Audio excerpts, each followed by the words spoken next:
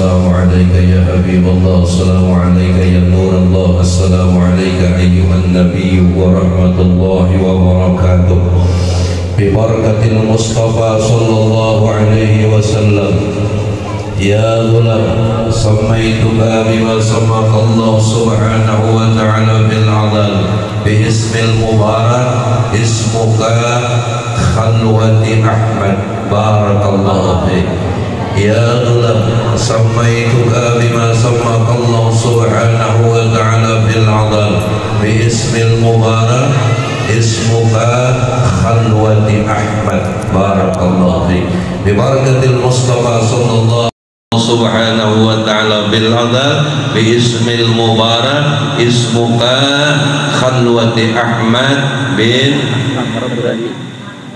Ahmad Tabrani barakallahu fiik wa ja'alaka min ibadika sholihin min ibadika rasidin min ibadika sholihin bi rahmatika ya arhamar rahimin. Al-Fatihah. A'udzu billahi minasyaitonir rajim. Bismillahirrahmanirrahim. Maliki yaumiddin. Iyyaka na'budu wa iyyaka nasta'in ihdinas siratal mustaqim siratal ladzina an'amta 'alaihim ghairil maghdubi 'alaihim waladdallin.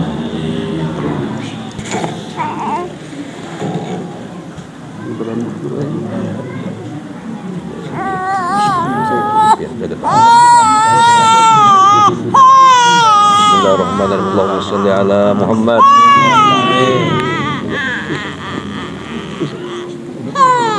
Saya lagi di atas ini udah. Belum lagi. Tekniknya apa ada? Ada kurma kan ya? Jadi ada.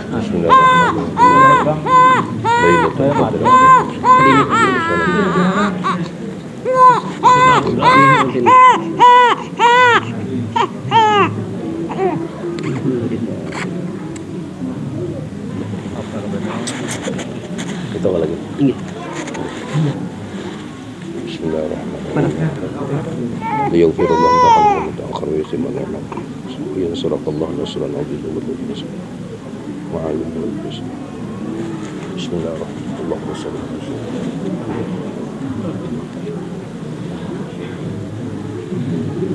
Bismillahirrahmanirrahim.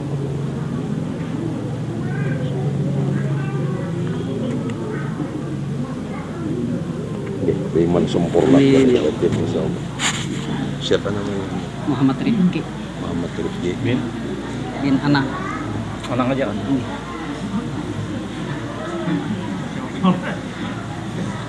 Bismillahirrahmanirrahim. Bibarakatil Mustafa sallallahu alaihi wa alihi wasallam. Ya walad sammaituka bima sammaka Allah subhanahu wa ta'ala bil adal bi ismil mubarak ismuka Muhammad Rifki ibn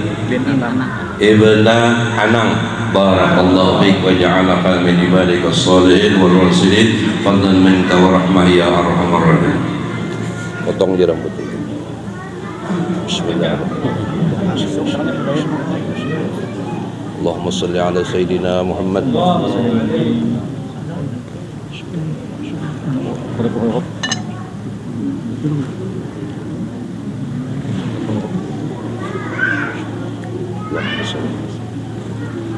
Buka tangan.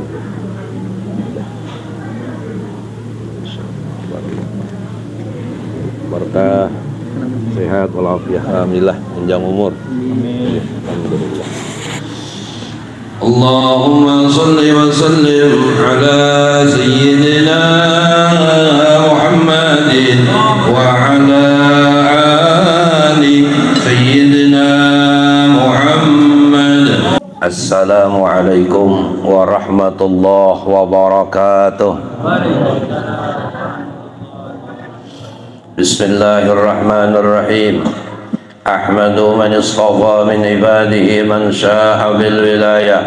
Yani aku memuji akan Allah subhanahu wa ta'ala yang telah memilih ia dari segala hambanya akan orang yang dikehendakinya dengan dijadikannya sebagai walinya wa khassasahu bihamli asrarihi yakni menentukan ya Allah akan dia hamba untuk membawa akan segala rahasianya Allah, wa jazabahu minhu ilaihi bisabiqil inayah, yakni dan ia Allah menghampirkan akan dia daripadanya kepadanya dengan sebab terdahulu pertolongannya Allah.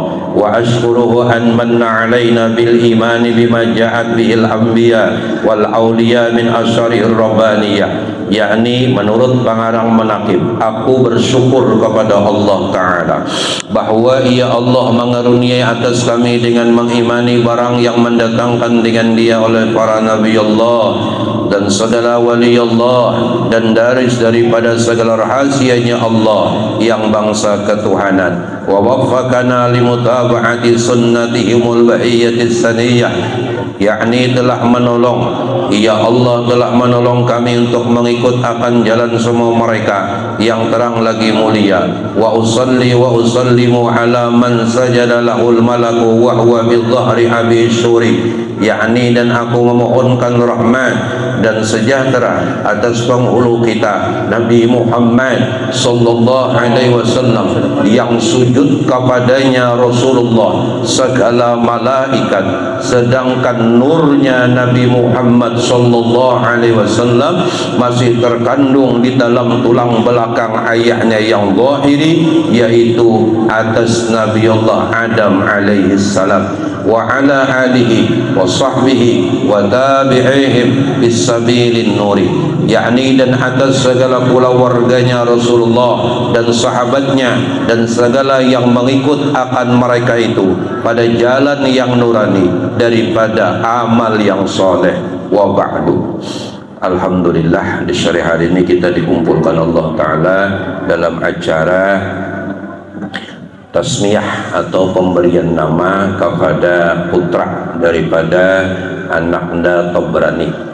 InsyaAllah mudahan yang ditasmiyahi tadi beserta Muhammad Rifki menjadi anak yang membanggakan bagi kedua orang tuanya dan membanggakan baginda Rasulullah sallallahu alaihi wasallam.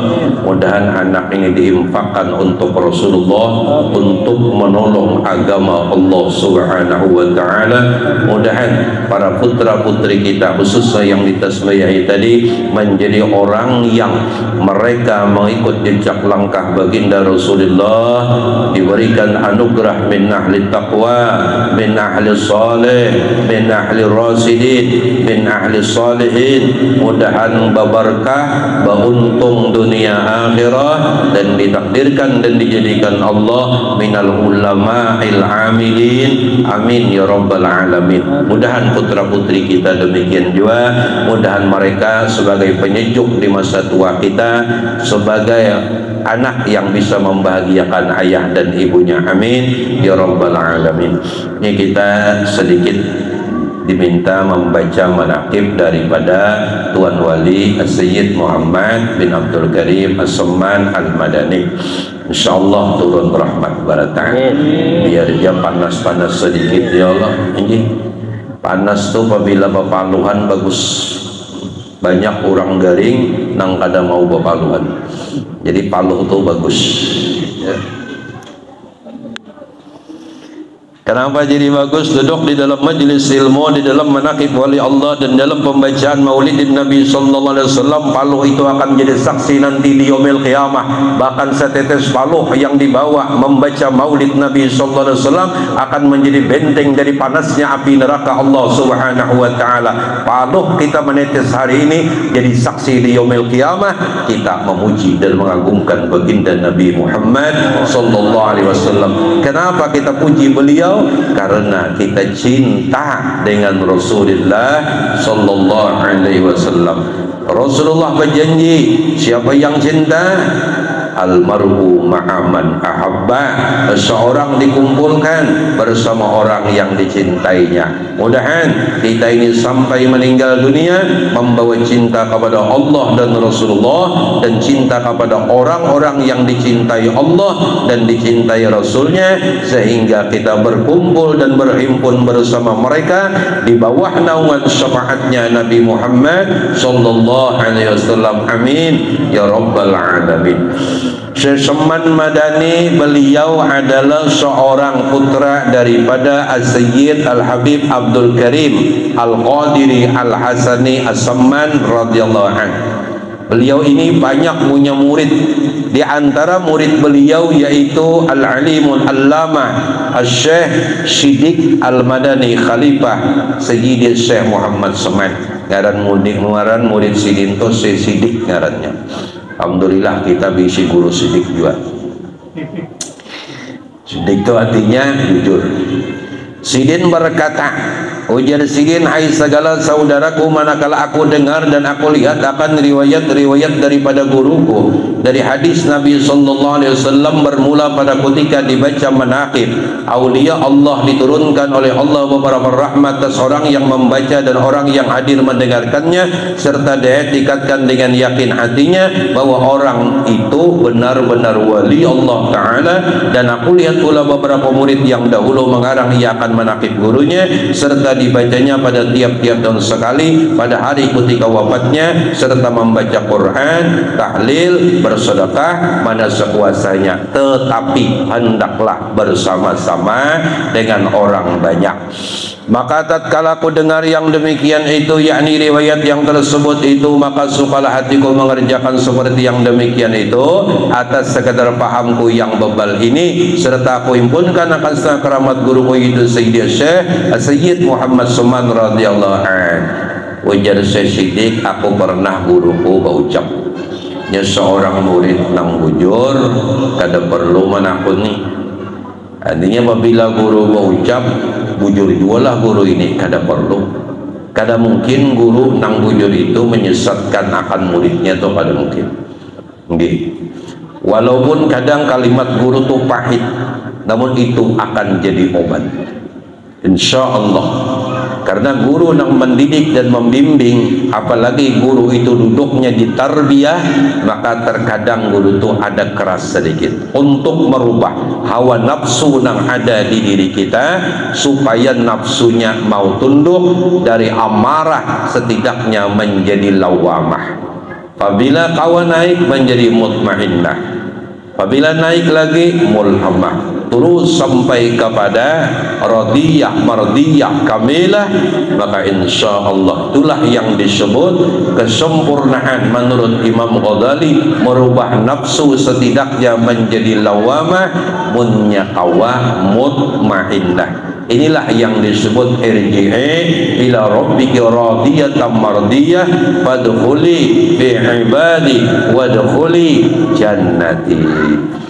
Jadi kadang kita kadang mengerti guru itu terkadang ada keras sedikit karena memukul nafsu yang ada di batang tubuh kita. Kadang memamai kita, kadang memamai nafsu kita, nafsu yang duduknya amarah.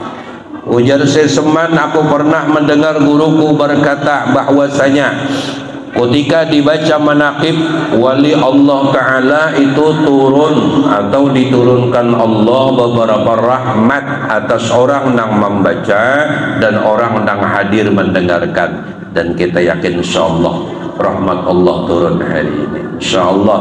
Dan rahmat Allah itu, di antara rahmat itu menguatkan iman, kabulnya hajat, dosa diampuni, apa permintaan kita dengan rahmat Allah dikabulkan Allah Subhanahu wa Ta'ala. Kada sekedar itu, manaqib wali Allah, sejarah kehidupan, keistimewaan yang diberikan Allah menuju kepada hebat kudrat dan iradatnya Allah Subhanahu wa Ta'ala.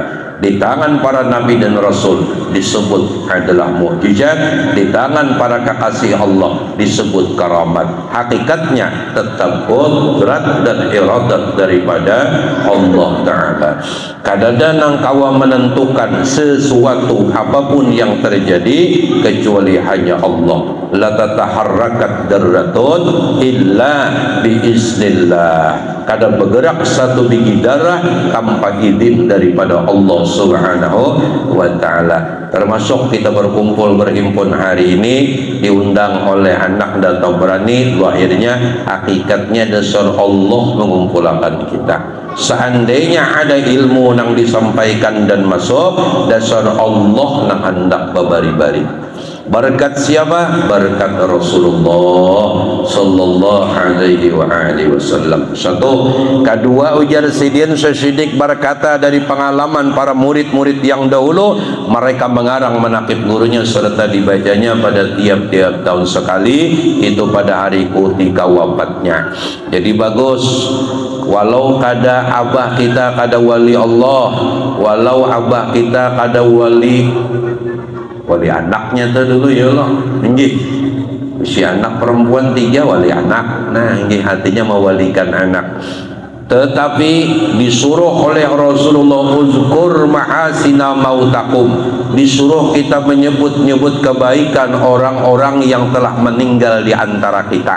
Kisahkan aja kebaikan nenek kita, ceritakan aja kebaikan kai atau datuk kita, ceritakan aja kebaikan orang-orang di sekitar kita yang telah meninggal dunia, mengisahkan mereka, menjadikan pelajaran bagi generasi berikutnya. Cuma ingatakan uzkur ma'asina mautakum, kebaikannya, jangan keburukannya lah. Jadi yang ada baik dari orang-orang yang telah meninggal, kunci mati jangan dibuka dan jangan dibuka-buka aib mereka, ceritakan kebaikan mereka. Maka semuanya itu disuruh dan dianjurkan oleh baginda Rasulullah sallallahu alaihi wasallam. Usahakan, bahkan menurut Imam Ghazali kita ini dianjurkan paling kurang setiap hari itu mengingat akan kematian 25 kali. Jangan kada ingat. Walaupun ujar Al-Imam Al-Ghazali rahimahullah ta'ala, walau sekedar kita dengan mulut yaitu mati, nah itu bagus. Kadada yang paling pasti hidup nih sugih kada pasti, punya pangkat kedudukan yang tinggi kada pasti, mulia kada pasti, namun yang paling pasti adalah mati jua. Nah, kayak apa aja bungesnya mati jolo, kayak apa aja gagahnya, kayak apa aja jagaunya, kayak apa aja terkenalnya, mati juga. Apa artinya? Siap-siap siap-siap, jangan sampai kita kalah dengan binatang. Ya Allah, gajah mati meninggalkan gading, harimau mati meninggalkan belang. Seharusnya manusia mati meninggalkan jasa terbaik untuk generasi berikutnya. Jangan sampai kita sebagai orang tua tidak menanamkan jasa yang terbaik sehingga masuk di otak para zuriat keturunan kita dicap sebagai orang yang tidak baik. Jangan, tinggalkanlah jasa yang terbaik untuk mereka kenang, sehingga mereka mengenang kita, menyebut kita, maka insya Allah kita dapat ampunan dan rahmat daripada Allah Subhanahu wa ta'ala. Setiap orang yang menceritakan kebaikan kita, ada yang mengikut kebaikan kita, kita mendapatkan pahalanya, kita mendapatkan ganjarannya. Jadi tidak selesai sampai di akhir umur kita, walau di dalam kubur kebaikan itu siapa yang mengikut terus akan mengalir dan terus akan mengalir. Begitulah akhlak-akhlak orang soleh, sehingga menjadi kenangan terus menerus kepada anak zuriat keturunannya.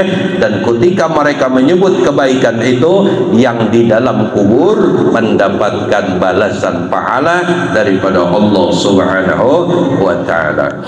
Kalau punya kakek, punya kebaikan, ceritakan kepada anak-anak beliau, cucu-cucu beliau, buyut-buyut beliau, agar mereka mengerti dan paham. Kakekmu itu sholat 5 waktu nggak pernah ketinggalan. Nah itu bagus, ceritakan. Kamu punya kakek begitu hebat, kamu cucunya banyak ketinggalan. Nah, berarti harus yang ikut kakeknya. Kemudian menurut Syekh Seman di dalam kitab karangan Syekh Siddiq ini, bahwasanya tabiat daripada Syekh Seman itu adalah beliau kasih sayang kepada orang yang talibul ilmi, itu orang yang menuntut ilmu, dan kepada orang yang alim, dan kepada orang yang soleh, dan kepada segala fakir dan miskin, dan lagi pula suka berkhidmah kepada segala orang yang datang di raka kubur Rasulullah, daripada yang alim, daripada yang soleh, daripada segala orang awam dan khawas. Imam Ghazali meringkaskan gawian kita setiap hari itu 4 biasanya. 4 Yang paling pertama dan utama itu nuntut ilmu. Yang paling pertama dan utama nuntut ilmu. Karena setiap kita beramal tanpa tahu ilmunya, mardudah, ditolak. Kullu man bi ghairi ilmin ya'malu a'malu mardudatun la tuqbalu. Kita bekerjakan ibadah tapi kita kada tahu ilmunya, maka yang demikian itu ditolak Tuhan, kada diterima oleh Allah Subhanahu wa ta'ala. Jadi yang pertama nuntut ilmu, yang kedua mengamalkan ilmu, beribadah, termasuk baca zikir, baca Quran, baca salawat.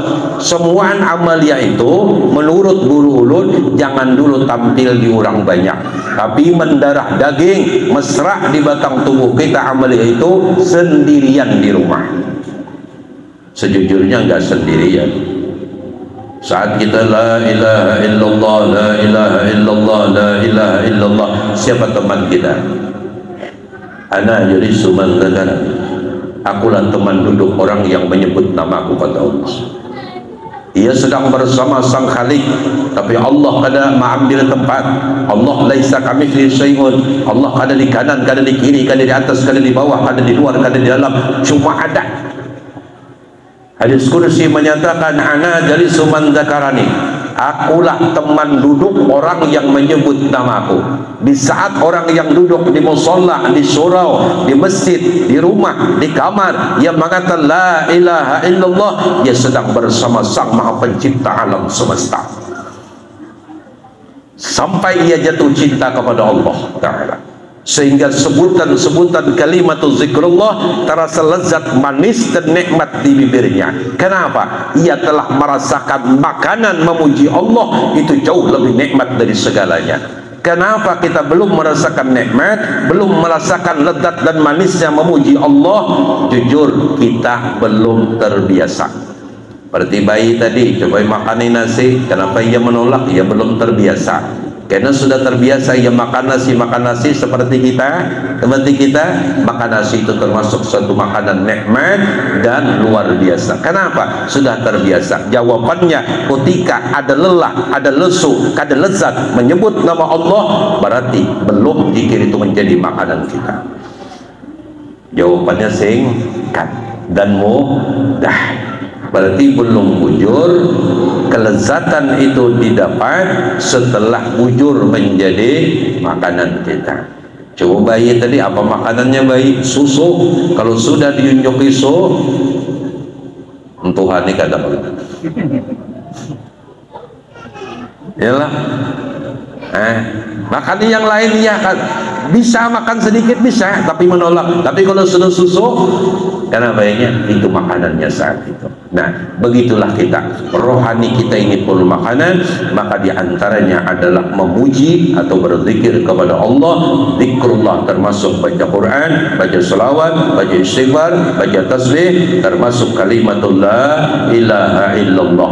Ini pertanyaan untuk kita masing-masing. Apabila belum merasakan lezat memuji Allah, berarti belum menjadikan makanan rohani zikrullah ta'ala.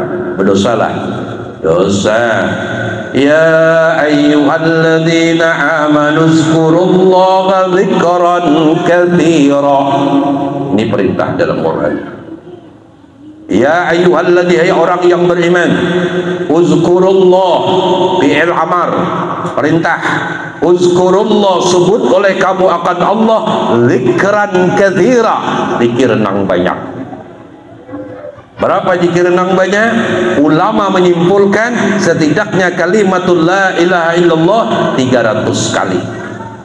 Berarti bila kurang dari 300 sehari semalam, berdosalah. Berdosa. Di sama-sama kita, sama-sama. Biar hidup dimanapun tempatnya, jangan pernah meninggal zikrullah. Latih mulut kita, karena Allah akan mematikan kita atas kebiasaan kita setiap hari. Kalau kita tidak pernah lupa dan kalimat yang keluar seluruh kalamnya Allah Subhanahu wa ta'ala, maka kita akan diwafatkan dalam kalimatul thayyibah, kalimatul la ilaha illallah, sehingga husnul khatimah bi ghairi hisab. Di kubur itu asik, Bu. asik. Kalau orang husnul khotimah, kemudian pekerjaan ketika hidupnya adalah yang baik, segala dosanya diampuni, kaya baru nikah, kaya baru kawin. Kenapa? Nggak mau pagi hari, maunya terus-terusan malam. Nah gitu.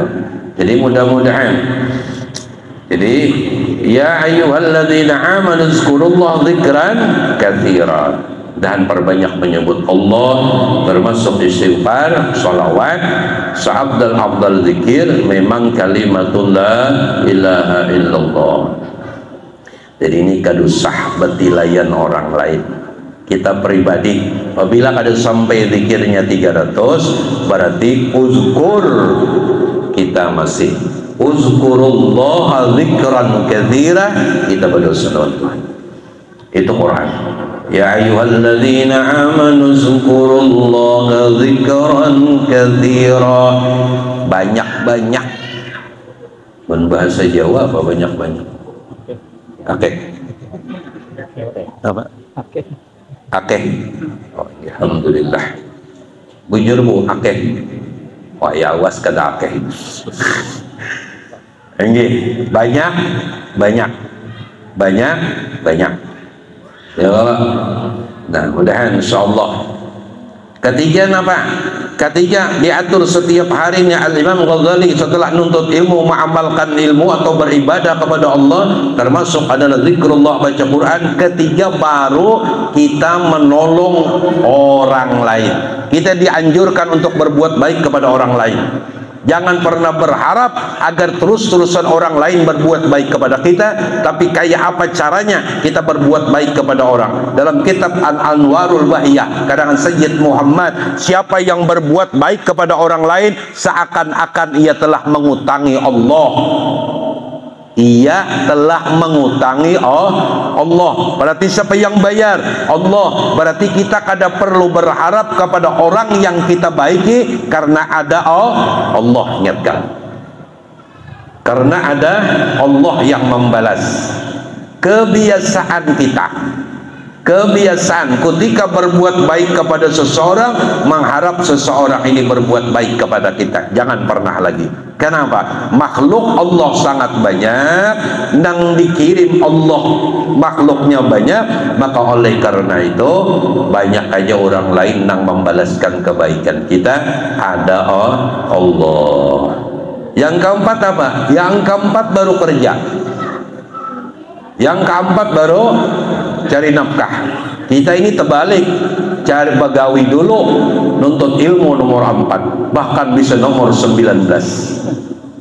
Jadi awalnya nuntut ilmu tasawuf terpadu namanya. Ilmu tasawuf terpadu itu ada tauhidnya, ada fikihnya, ada tasawufnya. Jadi semuaan. Jika kita ada nasinya, ada ikannya, ya ada sayurnya, juga ada tempat cuci tangannya. Itu ilmu tasawuf terpadu namanya. Hanya dibaca kitab di tirusan itu termasuk ilmu tasawuf terpadu, ada tauhidnya, ada fikihnya, dan ada ilmu tasawufnya. Jadi kalau bekerja, cari nafkah untuk diri, anak, dan keluarga, itu nomor 4. Ya kadang kita terpaling, ya sudah. Penting jangan pernah kada nuntut ilmu. Kalau ada di tempat sini sudah majelis ilmu, hadir insyaallah. Ada arisan zikiran, hadir. Ada arisan maulid, baca maulid, hadir insyaallah. Dan insyaallah ada di sini ada majelis ta'lim kan. Ya, munya kada ada seminggu sekali, alhamdulillah. Munya kada kawas sebulan sekali, paling lawas 3 bulan. Kalau lewat 3 bulan kata Imam Ghazali, batagar hati, bakarak. Biar besi bagus punya batagar, jadi besi tuha mahal lagi lah. Nah ini seseman. Jadi seseman itu senang dengan orang yang talabul ilm. Kenapa seseman awalnya senang dengan talabul ilm? Karena ini memang ijma' ulama, nuntut ilmu itu paling utama dan paling pertama. Nuntut ilmu paling pertama dan paling utama. Mudahan Jadi kita para anak-anak muda, para anak-anak didik, orang-orang tua kita yang berusaha untuk mencarikan ongkosnya, jangan lupa doakan ayah dan ibu tercinta kita. Doakan mereka diberikan kesehatan dan keafiatan, ayah ibu sureda terhadap kita. Beban yang dipikul ayah dan ibu amat sangat berat. Mudahan perjuangan mereka selalu mendapat reda daripada Allah Ta'ala, dan kita anak yang disekolahkan untuk mendapatkan ilmu adalah selalu mendapatkan ilmu yang manfaat, sehingga di suatu hari nanti kita kawa membahagiakan mereka. Amin ya rabbal alamin. Nah, jadi hokonja abah kita, ayah atau ibu kita berusaha anaknya disekolahkan, anaknya nuntut ilmu, terkhusus nuntut ilmu agama, apalagi ilmu nang fardu'ain atau ilmu tauhid. Nah, jadi seseman sayang, orang-orang soleh sayang, nuntut ilmu, malaikat sayang, sampai ikan pun sayang, ikan yang di laut sayang, mendoakan bagi para penuntut ilmu. Lawan seseman sayang dengan orang alim, kita pun memuliakan dengan orang alim. Siapapun orang alim itu muliakan, nang selama ilmunya itu digiring dengan amal nang bujur. Ilmu itu digiring, dikawal dengan amal nang bujur. Bukan ilmu sebagai cerita, bukan ilmu sekadar hiasan, tapi ilmu yang dikawal dengan amal. Ilmu dan amal menyatu. Biar orang Martapura tutup sarakai, habis menuntut dipakai. Ini tuntung menuntut dipakai. Akhlak dari Tuan Wali Seseman adalah memuliakan orang-orang soleh, dan kepada orang yang fakir dan miskin semua dimuliakan. Kita begitu juga, kalau ada orang fakir muliakan, kalau ada fakir miskin, orang miskin muliakan. Setidak-tidaknya tidak membanding-bandingkan. Artinya kalau orang kaya dapat makanan seperti ini, orang miskin pun berhak mendapatkan makanan seperti itu. Kenapa? Mereka menjalani takdir daripada Allah Ta'ala. Bukan mereka tidak berusaha, sudah. Bahkan mereka waktu berusahanya lebih panjang daripada yang sugih, lebih lama waktu berusaha, namun nasib keberuntungan belum berpihak kepadanya. Jadi oleh karena itu kita disuruh mengasihi dan menyayangi para fakir miskin. Selama kita mau membantu mereka, mudah-mudahan Allah Subhanahu wa Ta'ala menjadikan kita semua orang-orang yang cinta dengan fakir dan miskin. Kenapa demikian? Karena mereka menjalani ketentuan daripada Allah. Miskin itu adalah mulia. Miskin yang mana mulia? Miskin yang punya adab, fakir yang punya akhlak. Mereka mempertahankan kefakiran dan kemiskinannya, kadang mengadu kepada siapapun, yang mereka mengadu hanya kepada Allah Subhanahu wa Ta'ala. Fakir seperti demikian adalah fakir dan miskin yang di dalam cintanya Allah Subhanahu wa Ta'ala. Allah tahunya. Kemudian akhlak Seseman Madani suka berkhadam, membantu, menolong. Daripada orang-orang yang ziarah ke kubur Rasulullah, yang pertama tetap orang yang alim, yang punya ilmu. Yang kedua baru orang soleh. Kemudian baru orang yang awam dan khawas. Ini tabiat Seseman. Kemudian yang terakhir, akhlak Seseman itu sangat memuliakan akan ayah dan ibu tercintanya. Jadi ayah dan ibu tercinta itu selalu dimuliakan. Ampun maaf sebelumnya, kita seorang anak ini ada aturan. Kalau anak laki-laki, anak lanang apa maksudnya? Lanang, bukan anang. Lanang. Kalau anak laki-laki itu, anak lanang itu, anak ayah dan ibunya sampai meninggal dunia. Walau ia punya istri, walau sudah punya anak, walau istrinya 2, walau istrinya 3, walau istrinya 4, orang tuanya tetap yang paling pertama dan utama. Itu perlu diketahui. Jadi seorang anak laki-laki itu menjadi anak ayah dan ibunya sampai ia meninggal. Artinya berbuat baik dan menolong kedua orang tuanya, walau ia punya tanggung jawab besar, tapi hak ayah dan ibunya berkebaikannya sampai ia meninggal. Tapi kalau perempuan, kalau sudah ia punya suami, hak ayah dan ibunya itu sudah nomor 2. Dia harus mengutamakan suaminya. Ini beda. Dan seorang istri nang bujur menurut aturan agama Islam itu jangan pernah meminta kepada suami. Kalau suami mengasihi ibunya 1 juta, mengasihi mertua ibu perempuannya itu 500, jangan ada iri. Kenapa? Memang kayak itu caranya. Kenapa? Ibu mertuanya, ibu istri kita itu punya anak laki-laki juga. Anak laki-lakinya yang bertanggung jawab terhadap ibu mertuanya. Jadi banyak salah mengerti. Kadang perempuan kada adil katanya, bilangnya nggak adil, ngasih sama orang tuanya sekian, ngasih sama ibuku sedikit. Itu benar, Bu. Nanti ibu punya anak, ibu akan merasain gimana rasanya. Nanti ibu kan punya anak, kita punya anak, dan anak kita punya akhlak seperti demikian, senang. Disenang itu ridanya Allah Subhanahu wa ta'ala. Dan itu kada sama. Itulah aturan Islam nang bujur. Kenapa? Karena mertua kita juga punya anak laki-laki. Anak laki-lakinya lah yang membantu mertua tadi. Nah, jadi itulah yang disusun oleh ulama agar kita mengerti dan paham. Jadi mudah-mudahan kita dapat berbakti kepada kedua orang tua kita dan mampu menyenangkan dan menggembirakan hati mereka, dan terus berusaha jadilah anak yang saleh wa salihah.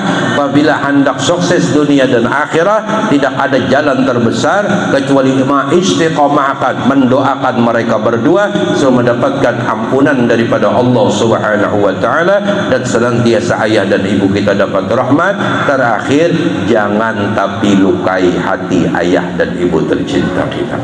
Jaga. Jadi perbanyak rabbighfirli wa liwalidayya warhamhuma kama rabbayani shaghira.